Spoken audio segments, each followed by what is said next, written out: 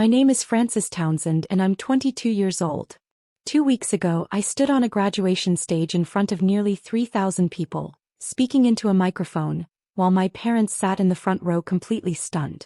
They weren't there for me at all. They came to celebrate my twin sister's graduation and had no idea I would even be part of the ceremony, let alone the one giving the main speech. But this story didn't begin on that stage.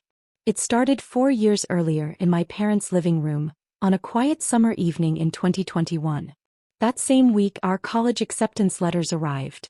My sister Victoria got into Whitmore University, a well-known private school that cost $65,000 a year. I was accepted into Eastbrook State, a respected public university with tuition of $25,000 a year, still expensive but far more reasonable. That night my father called a family meeting and spoke in a cold, businesslike tone, saying they would fully pay for Victoria's education but not mine. He explained it as a smart choice, saying she had more potential and connections, while I would have to figure things out on my own. My mother stayed silent and my sister was already celebrating. I didn't argue or cry. Instead, I realized something that night that changed how I saw everything. To my parents, I wasn't a daughter to support, I was a risk they didn't want to take. What they didn't know was that this decision would push me to work harder, think differently, and eventually stand on a stage they never expected me to reach. While my parents claimed money was tight, they somehow always found room in the budget for Victoria's ski trips, expensive prom dress, and a summer program in Spain. Family vacations made the difference even clearer. She always had her own hotel room, while I slept on fold-out couches, hallway beds, or once even a storage space the resort politely called a cozy nook.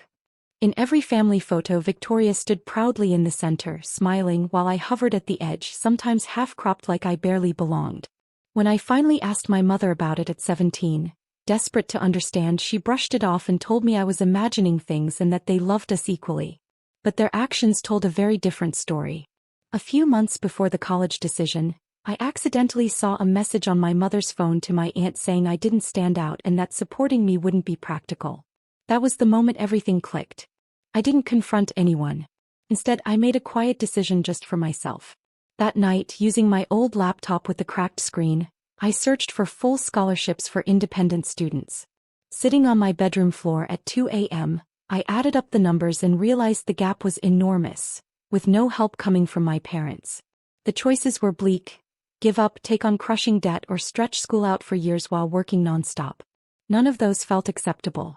I refused to become the disappointment my father expected. I searched scholarship listings for hours, filtering through expired deadlines and false promises, until I found Eastbrook's merit program covering full tuition and living costs, though only 5 students were chosen each year. Then I found an even bigger opportunity, a national scholarship awarded to just 20 students across the country, and even though the odds were terrifying, I saved it. That summer I chose to build my own future. I filled an entire notebook with plans, budgets, and work schedules, lining up multiple jobs before classes even began, knowing that if I wanted a different life, I would have to create it myself from the ground up. That if I managed to get that last job, it would add another $300 a month, bringing my total income to about $1,500 monthly, or roughly $18,000 a year, which still left me $7,000 short of covering tuition. That missing amount had to come from merit-based scholarships, the kind you earn through effort, not family support. I found the cheapest place I could live near campus, a tiny room in a shared house with 4 other students, costing $300 a month with utilities included, no air conditioning, no parking, and almost no privacy, but it was all I could afford. My daily routine became strict and exhausting. Early mornings at the cafe, full days of classes, evenings filled with studying or assistant work, and barely 4 or 5 hours of sleep each night. While I packed my secondhand suitcase, my sister was posting beach photos from a luxury vacation, and it was clear our lives were moving in completely different directions. What kept me going was a quiet promise I repeated to myself every night, reminding myself that this struggle was the cost of independence and self-respect. That belief carried me through lonely moments, like my first Thanksgiving at college, when I sat alone in my rented room listening to my family celebrate without me and realized they hadn't even saved a place at the table. That night, something inside me shifted, and instead of chasing their approval, I found focus and clarity. A few months later, in my economics class, A respected professor noticed my work and called me in after class, praising my writing in a way no adult ever had before. When I finally shared my story with her about the lack of support, the long hours, and the sacrifices, she listened in silence, and for the first time, I felt truly seen and taken seriously. She looked at me and said something that quietly reshaped my future, asking if I had ever heard of the Whitfield Scholarship. And when I told her it felt unreachable, she calmly explained that it offered full tuition, living support, and the honor of giving the graduation speech for selected students. She leaned in and told me that raw ability means very little if no one helps bring it into the light, and she wanted to help me do exactly that. The next 2 years became a non-stop routine of early mornings, long shifts, full class days, and late nights in the library, while everyone else enjoyed college life and I focused only on my grades, holding a perfect record semester after semester. There were moments when my body and emotions nearly gave out, including one day when exhaustion caused me to collapse at work and another when I sat alone in a borrowed car and cried simply because the pressure had piled up for too long. Still, I pushed forward, and during my junior year, Dr. Smith officially nominated me for the scholarship, warning me it would demand everything I had, but reminding me I had already endured far worse. The application process took months of writing, interviews, and evaluations, and during that time my sister casually messaged me about missing family holidays, not realizing I couldn't afford to travel and wasn't sure I wanted to return anyway. That winter, I spent the holidays quietly in my small room, finding peace in the absence of expectations. Then early one morning senior year, I received an email saying I had made it to the final round, placing me among 50 candidates nationwide. The final interview was in New York, far beyond my budget, but a close friend insisted on helping, believing this opportunity was too important to miss.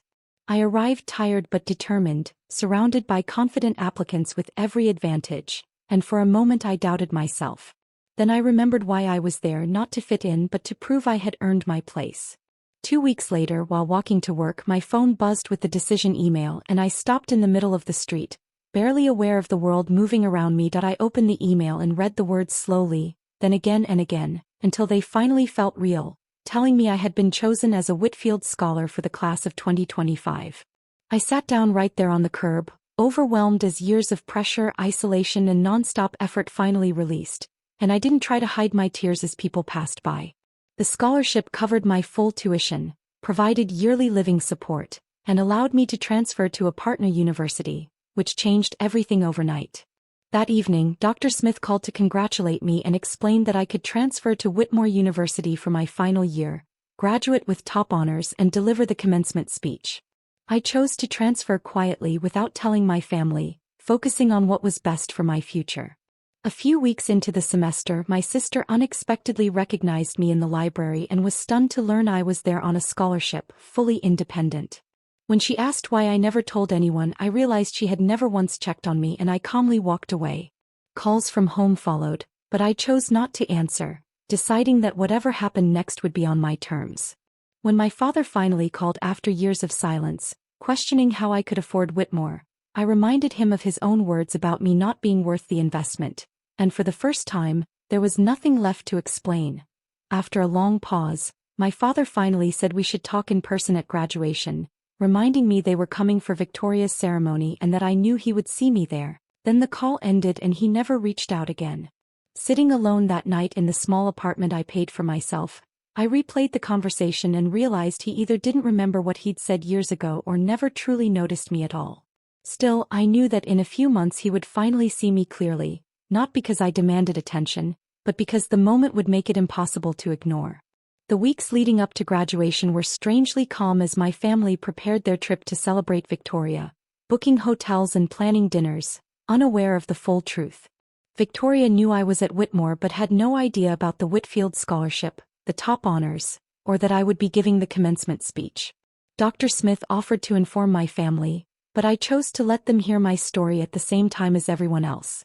With Rebecca's help, I bought a simple navy dress, the first new outfit I'd owned in years, and the night before graduation I realized I didn't want revenge or apologies, only freedom. Graduation morning arrived bright and clear, and as I entered early through the faculty entrance wearing my honor sash and scholar medallion, I saw Victoria laughing with friends and my parents seated front and center, still unaware that the day they came to celebrate one daughter was about to change how they saw the other forever. Not for me, never for me, or so it seemed, as my father adjusted his camera to capture Victoria's big moment while my mother smiled proudly and waved across the aisle, completely unaware of what was about to unfold. The ceremony began, the crowd settled, and the university president welcomed the graduating class as I sat calmly, knowing everything was about to change. When the announcement came for the valedictorian and Whitfield scholar, my heart raced as my name echoed across the stadium, and I stood while thousands turned to look. As I walked to the stage, I saw my parents' expressions shift from confusion to shock, their celebration freezing in place as they realized it was me. My sister stared in disbelief, and for the first time in my life, my parents were truly seeing me, not as an afterthought but as the person standing in the spotlight. I waited for the applause to settle and spoke clearly, sharing how I was once told I wasn't worth the effort, how expectations were set low for me, and how that pushed me to demand more from myself. I talked about working non-stop, sleeping little, studying hard, and building a future with limited resources, not out of anger but out of determination. I didn't blame anyone or call anyone out because I didn't need to. My presence on that stage said everything that words never could. The greatest gift I ever received was not money, praise, or encouragement from others, but the freedom to learn who I truly was without needing anyone's approval. As I stood there, I saw my mother crying in the front row, not the happy, proud tears people expect at graduation, but something heavier, something filled with regret. My father sat completely still, staring at me as if he were looking at someone he didn't recognize, and maybe in that moment he was. I paused and spoke to everyone who had ever been told they weren't good enough, letting the silence carry my words before saying clearly that they were enough and always had been. I looked across the crowd at graduates who had struggled, families who had sacrificed, friends who had believed, and finally at my own family sitting frozen in place, and I explained that I wasn't there because someone believed in me, but because I learned to believe in myself. The applause was overwhelming, with thousands of people standing and cheering, and as I stepped down from the stage, the head of the Scholarship Foundation congratulated me warmly while my parents watched, finally understanding what they had overlooked. When they approached me later, apologizing and asking why I hadn't told them, I calmly explained that they had never truly asked, and that while I wasn't angry anymore, I was no longer the same person who had left their home years ago. I made it clear that I wouldn't pretend everything was fine, that I had built my own life and was moving forward with new opportunities, and that setting boundaries wasn't rejection but self-respect. In that moment, as my father stood there unsure of what to say, I realized I wasn't seeking closure or approval anymore, because I had already found something far more important: my own sense of worth and direction. When they asked what I wanted from them, I took a moment to truly think before answering honestly that I no longer wanted anything at all, because that was the whole point of my growth. I told them that if they truly wanted to talk someday they could call, but whether I answered would depend on their intentions, not on guilt or comfort for themselves. My mother cried again and said they loved me, but I calmly explained that love is proven through actions and choices, and those choices had already been made. Victoria stepped closer, unsure, offered a quiet congratulations, and I thanked her without bitterness, letting the moment stay simple and respectful. I told her we could talk sometime if she wanted, and when she nodded, I walked away peacefully, not to escape but to move forward. Dr. Smith was waiting nearby and smiled as she told me I had done well, and for the first time in my life, I told her I felt free and truly meant it. The impact spread quickly as people at the reception began realizing who I was, congratulating my parents and asking questions they couldn't answer comfortably, forcing them to face the truth they had avoided. In the weeks that followed, the questions kept coming from friends and business partners, and my father could never admit that he hadn't supported me at all. Victoria later called to apologize sincerely, admitting she hadn't paid attention, and while I didn't blame her, I made it clear I was focused on moving forward, not holding on to resentment. We agreed to start slowly with a simple coffee someday. 2 months later, I stood in my small New York apartment, paid for with my own earnings from my first job at a respected firm, exhausted but happier than ever. Friends visited, mentors checked in, and life finally felt like it belonged to me. When I later received a handwritten letter from my mother filled with regret and honesty, I realized that while the past couldn't be fixed, I had already built something stronger, a future shaped by my own choices, confidence, and self-respect. When I read her words saying she finally saw me and was sorry for not seeing me sooner, I folded the letter and put it away without replying, not out of anger, but because for once I needed space to decide what I truly felt and what I wanted to say. That choice belonged to me now. I asked myself, and I ask you too, would you forgive your parents, would you need time, or would you choose not to? Because everyone's answer is different and all of them are valid. I used to believe love was something you had to earn by being successful, smart, or perfect, but years of struggle taught me that real care should never be conditional. You can't force people to value you, and you can't wait your whole life hoping someone finally notices your worth. I look at my life now, the small apartment, the demanding job, and the friends who chose me freely, and I know I built all of it out of necessity, not bitterness. The pain from being overlooked still exists, but it no longer controls my choices or defines who I am. Forgiveness, I've learned, isn't about excusing the past, it's about loosening your grip on the hurt when you're ready. I wasn't there yet, but I was working toward it for myself, not to please anyone else. 6 months later, when my father finally called and admitted he was wrong about everything, I listened calmly and told him it wasn't my responsibility to fix what he had broken. When he accepted that, I offered something small but real, the chance for honest conversation without pretending everything was fine, because healing, if it happens at all, has to start with truth. That's more than I deserve. Yes, it is, he said, a quiet, broken laugh escaping him. You've always been the strong one, Francis. I was just too blind to see it. Yeah, I said. You were. We talked for a few more minutes. Nothing life-changing, just two people trying to find some connection across years of mistakes and silence. It wasn't forgiveness, but it was a start, a first step toward understanding that it's been 2 years since graduation. I'm still in New York, still at Morrison & Associates, and I've been promoted twice. This fall I start my MBA at Kolia, fully paid by my company. The girl who lived on instant ramen and slept 4 hours a night would hardly recognize me now, but I haven't forgotten her. I carry her determination with me every day, Victoria, and I meet for coffee once a month. It's awkward sometimes, learning to be sisters as adults when we never really were as kids. But she's trying and I can see it. I'm sorry I didn't notice what you were missing, she said at our last coffee. All those years I focused only on what I was getting, never on what you weren't getting. I know, I told her. How do you not hate me for that? You didn't create the system, she admitted. You just benefited from it. My parents came to New York last month, the first time they've been here. It was stiff, uncomfortable. Dad spent half the visit apologizing, Mom spent the other half crying. But they showed up.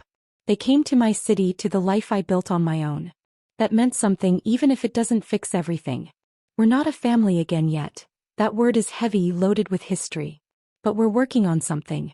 Slowly. Last month I wrote a $10,000 check to the Eastbrook State Scholarship Fund, anonymously, to help students without family financial support. Rebecca cried when I told her. Frankie, you're literally changing someone's life, she said. I thought about Dr. Smith, the coffee shop shifts at dawn, the night I bookmarked the Whitfield Scholarship without believing I'd ever win it, and the long path I've walked since. If my story speaks to you, if you've ever been ignored, underestimated, or told you weren't enough by the people who should have loved you most, I want you to hear this. They were wrong. Your worth is not defined by who notices you, by money, by status, or by a place at a table. Your worth exists, even if no one else acknowledges it. That I spent 18 years waiting for my parents to notice me. I spent 4 more proving I didn't need them to. And here's what I finally learned. The approval I was chasing could never fill the space inside me. Only I could do that. Some of you are estranged from your families. Some are still fighting for scraps of attention. Some are just realizing the love you're getting isn't the love you deserve. Wherever you are, know this. It's okay to protect yourself, to set boundaries, to prioritize your well-being over keeping the peace. It's okay to forgive, but only when you're ready. Not a moment sooner. You don't need your parents, your siblings, or anyone else to validate your worth. You are enough. You always have been. Look in the mirror and say it out loud. I am enough. That's the first step. The rest is yours to shape.